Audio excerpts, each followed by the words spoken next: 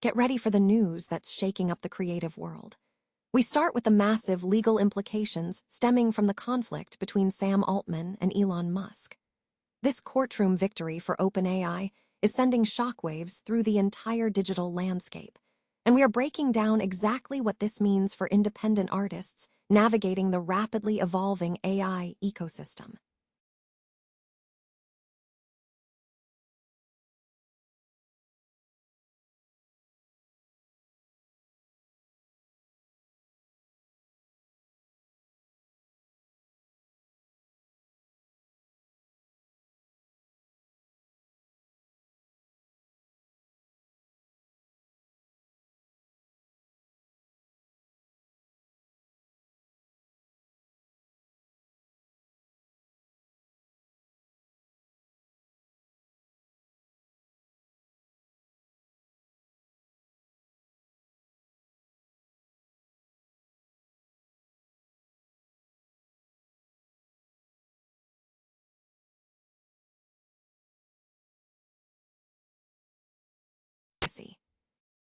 Finally, we tackle the unsettling trend of tour cancellations. We investigate the phenomenon known as blue dot fever, looking at why artists like Meghan Trainor and Post Malone are pulling out, and whether the rising cost of tickets is the real culprit behind this shift. Stay tuned for the full breakdown. The recent legal victory for OpenAI in its dispute with Elon Musk is sending significant ripples through the creative industries, particularly impacting independent artists navigating the rapidly evolving landscape of artificial intelligence. While the court case centered on corporate governance and the direction of OpenAI's commercialization strategy, the outcome solidifies the company's position as a central engine in the modern AI economy, influencing everything from content creation to distribution. This development is critical as AI tools are already fundamentally changing how musicians build careers.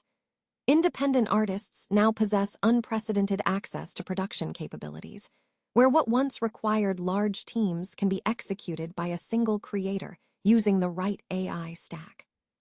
However, this accessibility introduces a complex challenge. The internet is becoming saturated with algorithmically generated music, synthetic vocals, and automated media, placing immense pressure on artists to maintain emotional authenticity and cultural relevance. The ruling occurs amidst an intense competition among major AI firms to dominate creative technology. AI music generation platforms are rapidly evolving into commercial products, offering tools for composing full arrangements and vocal simulations directly to creators. This presents a dichotomy for independent musicians. Some may leverage AI as a creative accelerator, while others fear it will dilute originality or spark new copyright conflicts. Despite these concerns, the shift underscores a potential pivot in audience preference. As synthetic content proliferates, audiences may increasingly prioritize artists who offer genuine emotional connection, cultural grounding, and distinct personal identities.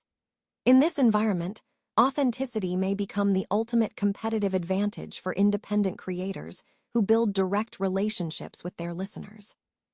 The conflict between Musk and OpenAI is more than a corporate spat. It reflects a larger global struggle over who controls the infrastructure shaping future culture.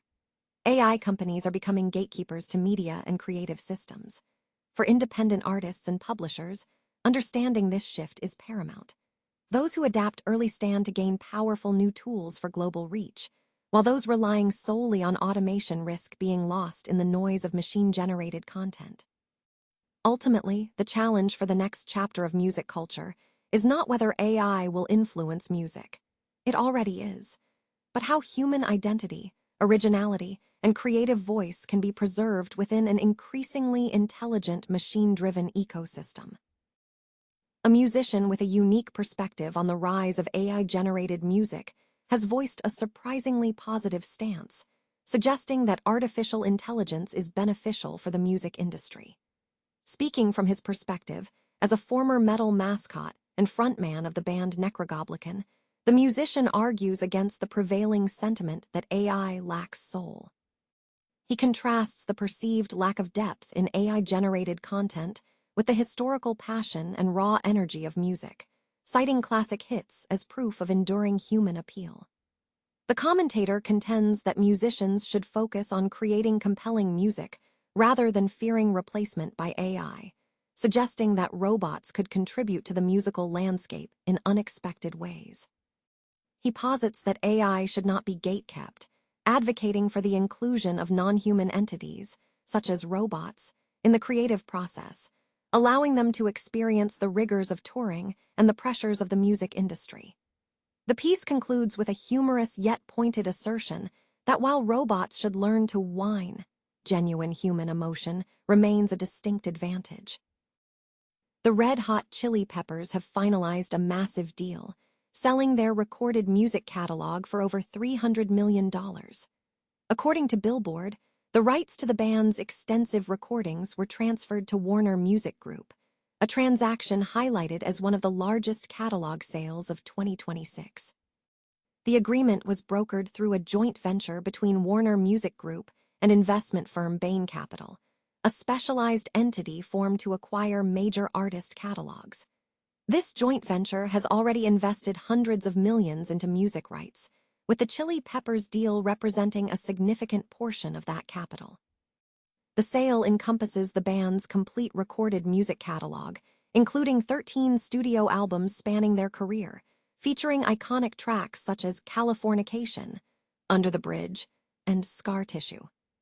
This catalog has historically been a substantial revenue stream, generating millions annually through streaming, sales, and licensing.